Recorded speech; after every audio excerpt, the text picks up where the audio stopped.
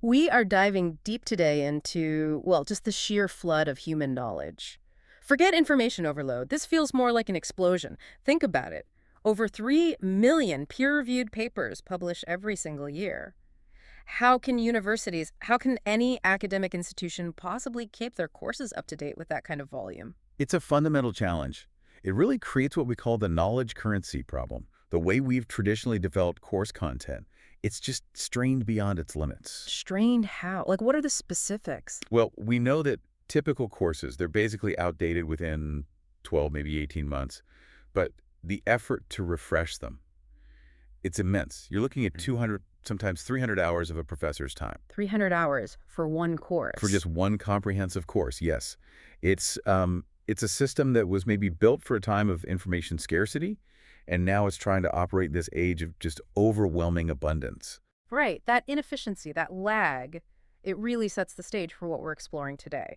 We're looking at a system designed specifically to tackle that crisis. We're unpacking the world's first AI-certified knowledge framework, which comes from EON Reality. Exactly. And this framework, it isn't just about, using AI to turn out content. It's proposing a whole new standard, a kind of gold standard for academic validation itself. Oh, yes, our mission here is to really get into the methodology. How does this allow AI-generated content to be certified reliably and at scale? And crucially, we need to understand the claim. Mm. Why do the sources suggest this AI-verified content can actually be more accurate than traditional human-authored courses? That's the really provocative part. Okay, let's definitely unpack that. But before we jump into the AI solution itself, we need to properly understand the problem it's solving. Our sources lay out 4 kind of key bottlenecks facing universities right now. Yes, and they're all interconnected. The first one is simply the time constraint. If a professor really has to pour 200 or 300 hours into just one course, Right. they physically cannot create more than maybe 2, possibly 3 new courses in a year. The output is just fundamentally limited. Which leads right back to that knowledge currency issue you mentioned earlier. Exactly. Because it takes so long to create, the content is already aging by the time it launches. I mean, think about it.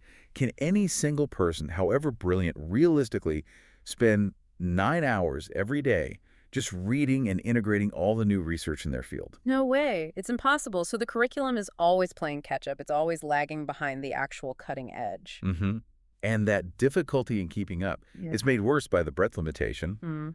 Human experts are deep, deep knowledge, but often quite narrow. Right. Specialized. So if you need a course that pulls together, say, nanotechnology, material science, and bioethics, a really cross-disciplinary subject, Yeah, complex topics. you might end up needing 3 different professors just to cover it adequately. Because synthesizing hundreds of sources across fields like that, it's just incredibly demanding for one person. So you've got time limits, the struggle to stay current, the narrow focus. Put them all together, and you get the scalability crisis. Universities simply can't hire enough people fast enough to manually create the thousands of specialized, up-to-the-minute courses needed for emerging fields. Think quantum computing, advanced robotics. The old model just completely breaks down when you need that kind of scale and speed. And what's really interesting here, the underlying challenge isn't just making the content, it's validation. Institutions live and die by their academic credibility. They can't just adopt AI-generated stuff wholesale without a process. It needs to be trustworthy, auditable. Precisely. They need a standardized, scientifically sound, ideally peer-reviewed methodology for verifying it. And this framework, it's essentially positioned as the answer to that exact validation problem, establishing an impartial standard. Okay, this is where it gets really fascinating for me. If they're generating, over 9,000 courses at the same time, how on earth do they ensure quality and currency and make sure it actually teaches well? It starts with the sheer scale of the ecosystem they've constructed. It's not just about course generation. Right, it's bigger than that. Much bigger. Beyond those 9,000 AI courses, the EON Virtual Campus ecosystem includes 9,000 AI brainy avatars. Okay, what are those? Think of them as hyper-realistic AI mentors or examiners. They're designed to simulate that teaching presence, interact with students, and maybe even more critically, they have 36 million immersive assets. 36 million, what kind of assets? XR environments, virtual labs, complex simulations. The estimate is that this represents something like the $53 billion equivalent in physical lab infrastructure. Wow. Okay, $53 billion virtual equivalent. That figure alone could change how institutions think about infrastructure budgets. But let's drill down into the content engine, the dual pipeline generation. How are the courses actually made? There are two ways. That's right, two main pathways. First is the trainee pipeline. This uses existing validated materials from the institution itself. So based on trusted content they already have. Exactly. It trains the AI to maintain consistency with their established academic voice and standards. But the really revolutionary part is the second pathway, the AI-ready pipeline. And this one. This uses the big frontier models like GPT-4o, Claude Sonnet 4.5 to generate brand new courses, essentially from scratch. Okay, generating from scratch sounds potentially risky for accuracy. How do they control that? That's where RAG comes in, retrieval augmented generation. This is absolutely critical. Baird, for listeners maybe not deep in the AI jargon, what does that actually do here? Why is it so important? RAG is the key safety rail for academic integrity. Think of it like this. Without RAG, an AI model can pull information from anywhere on the internet, which is, messy, full of errors, biases, misinformation. That leads to hallucination. Right, making stuff up. Exactly. RAG prevents that. It's like giving the AI a very specific, highly curated, closed-shelf library to work from. It forces the AI model to base its answers and generate its content using only pre-approved sources. Like what kind of sources? Peer-reviewed journals, verified government statistics, official institutional documents, only the high-quality stuff. It guarantees the foundation is solid research material, not just random web pages. Okay, so locking down the sources is step one, but you mentioned validation. How do they check the AI's work? That's the cross-AI verification system. This is designed to address the fact that any single AI model, even a great one, can still make mistakes. So not trusting just one AI. Correct. It's a dual model architecture. It's the core of the certification, really. When one AI model, let's call it the primary model, drafts the content, say, a course module or even a whole white paper, Yeah. a completely separate frontier model, the verifier model, comes in. Its only job is to independently check every single factual claim Checking it against what? against the original peer-reviewed sources that the first AI used via the RAG system. It cross-references everything. So it's basically AI fact-checking AI. Does that actually work? What's the impact? The measurable result is significant. According to the sources, this dual model approach cuts down factual errors, those hallucinations, by over 60%, compared to just using a single AI model without that cross-check. 60% reduction in errors. That's substantial. It is. And achieving that level of rigor is what enables their three-phase certification process. It allows institutions to move quickly. Phase 1 is approving the methodology itself. Once that's done, they can certify content basically instantly at scale. Then what? Then comes Phase 2, selective audits, where humans spot-check specific courses or modules. And Phase 3 is continuous improvement, using real-time monitoring and feedback loops to keep refining the content. Okay, so they've built this pretty sophisticated engine with cross-checks and quality controls. But the big question remains, does it actually produce better results than, say, a dedicated professor working for months? Let's get into the data. The comparisons here are, well, they're pretty startling. They really are. Just look at the efficiency gains. Development time, we said 200 to 300 hours traditionally, right? Right, huge time sink. The AI-certified framework brings that down to 4 to 8 hours per course. 4 to 8 hours, that's what, 80, 90% faster? Easily. An acceleration of almost 90%. And the cost savings follow directly from that speed. Okay, hit me with the cost numbers. Traditional versus AI. Traditional development, when you factor in faculty time, overhead, everything, it's estimated between $15,000 and $50,000 Yeah. for one course. $15,000 to $50,000, okay? And the AI framework? Drops that cost to between $200 and $800 per course. $200. That's a 99% cost reduction. Yes, a 99% reduction. And we really need to pause on that number. A 99% cost cut doesn't just mean saving budget. It fundamentally changes the economics of education. How so? It means institutions can suddenly afford to create or constantly update highly specialized niche courses that were just financially out of reach before. It increases accessibility. Okay, cost and speed are undeniable. But what about the actual depth of knowledge? You said professors might synthesize 50 to 200 sources. How does the AI compare there? This is another major difference. The AI system routinely synthesizes anywhere from 500 up to 5,000, sometimes even more sources per course. 5,000 sources. Or more. It achieves a level of literature coverage that is just, frankly, impossible for a single human instructor. It ensures the content is truly comprehensive, drawing on a much wider evidence base. But wait a minute. If a human professor takes those 100 sources and weaves a narrative, synthesizes them pedagogically, Isn't there a risk that just dumping 5,000 sources results in something comprehensive, but maybe unteachable, or just a list of That's facts? a really important question, and that's why the framework emphasizes certified methodology, not just raw generation. The AI isn't just summarizing, it's required to synthesize that vast information into established pedagogical structures, Like what? like clear learning objectives, structured lecture scripts, quizzes, assessments. It mirrors the design process a human would follow, but it's working with vastly deeper source material. So the question then becomes, okay, how does the quality of that output compare?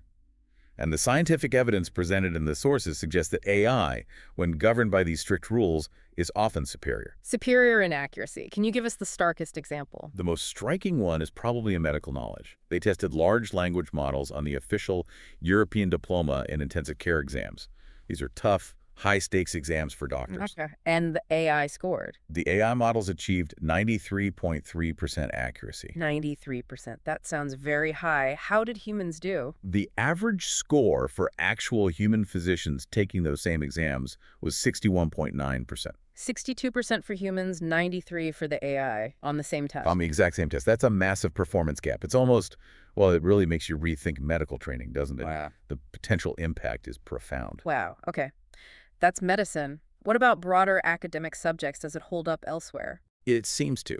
If you look at the standard benchmark for multidisciplinary knowledge, called MMLU, MLE. yeah, it's a massive test covering nearly 60 different subjects, everything from law to physics to history.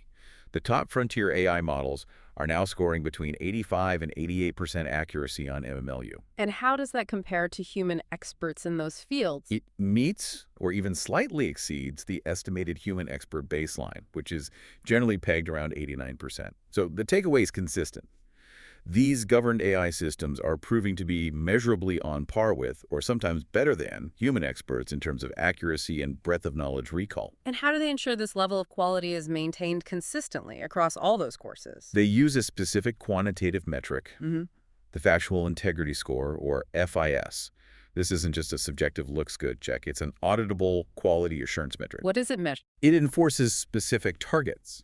For instance, a source verification rate demanding that over 95% of factual claims must be directly traceable back to an identified authoritative source. And also a cross-AI agreement rate, ensuring that the independent verifier models agree on the facts more than 90% of the time. So it forces accuracy and verifiability to be the absolute top priorities. Exactly. Accuracy becomes the primary measure of curriculum quality, more so than just who wrote it. Okay, let's pivot a bit. We've talked about the tech, the data. What about the people? Specifically, the professor who used to spend those 300 hours building the course. What does this whole shift mean for them? It's a fundamental change in their role. The framework aims to shift faculty away from being primarily content creators. Meaning the grunt work of making slides, finding sources. Precisely, that routine, time-consuming part. Instead, they become knowledge curators and, crucially, mentors. How does that break down in terms of time? Well, in the traditional model, sources suggest faculty spend maybe 55%, well over half their time, just on lecture prep and content development. Okay. The AI framework essentially takes over that burden. So where does that liberated time go? That's the key question. What's the new allocation? The new model suggests about 45% of faculty time shifts to deep student mentoring. Personalized guidance, Socratic dialogue support the high-touch activities that AI can't replicate. Okay, more student interaction. Where's the rest? Around 40% gets dedicated purely to research and publication, driving new knowledge. Now, this requires a mindset shift, maybe some retraining for faculty to lean into mentorship and curation. Sure. But the potential payoff is enormous. One source reported that the average number of publications per faculty member increased by 8 times after adopting this kind of model. 8 times the research output. That's huge for an institution's reputation and contribution. The massive productivity gain. And if we talk about real-world applications, you can really see how this benefits the learner, directly benefits you if you're a student or lifelong learner. Give us an example. Okay, use case 1, emerging tech.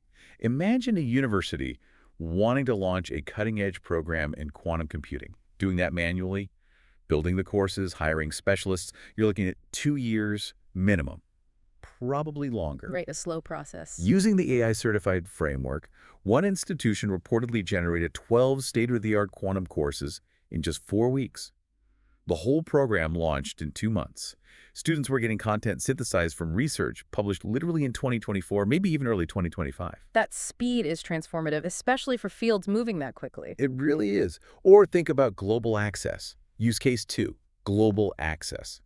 Consider medical students in parts of the world with fewer resources. Yeah. This gives them access to consistently high-quality, updated medical content. The AI ensures that clinical accuracy is verified at over 90%. So a student in a developing nation could get essentially the same quality of core knowledge as someone at a top-tier Western institution. And you mentioned the virtual labs earlier. Exactly. They can use those XR environments, those 36 million assets, to practice complex or rare surgical procedures virtually. This drastically reduces training costs by up to 98%, according to one source, compared to building and maintaining expensive physical simulation labs. So it levels the playing field somewhat. It helps, and it puts the focus back where it should be, on personalized learning, on mentorship, on the human connection that technology complements but can't replace. Okay, so let's try and synthesize this. We've looked at the bottlenecks: time, currency, breadth, scale. We've seen the AI solution, the dual pipelines, the cross-verification, and the performance data seems pretty compelling. I think the revolutionary idea here is shifting the basis of validation. It's about prioritizing measurable accuracy and evidence over historical authorship or tradition. Yeah. It's about moving from static, slow-to-update curricula to a model of continuous, auditable improvement. And the evidence suggests AI can do this, create certifiable, high-quality academic content. The data presented strongly indicates that yes. When governed by a rigorous framework like this, AI-certified courses can match, and in some specific metrics, even exceed human-authored content in currency, breadth, and even factual accuracy. So the question isn't really if AI can do this anymore. The technical capability seems to be there. The question is more strategic now. Exactly. It becomes about timing and the acceleration advantage.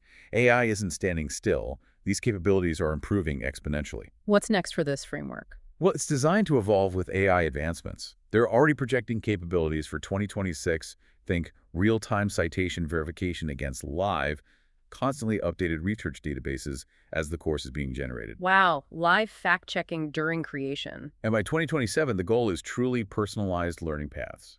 Imagine a course that dynamically adjusts its complexity and content based on your specific performance, your knowledge gaps, in real time. That's the holy grail of education, personalized paths at scale. It is, and the critical insight here, the final thought perhaps for you, is this. Institutions adopting these kinds of validated AI frameworks today are positioning themselves to ride that accelerating wave of improvement. Manual course development, however dedicated, simply doesn't accelerate like this. It risks becoming progressively, maybe even rapidly, obsolete. The data shows AI can create certifiable academic content. The only real question left is, who will lead this transformation and capture that compounding knowledge advantage?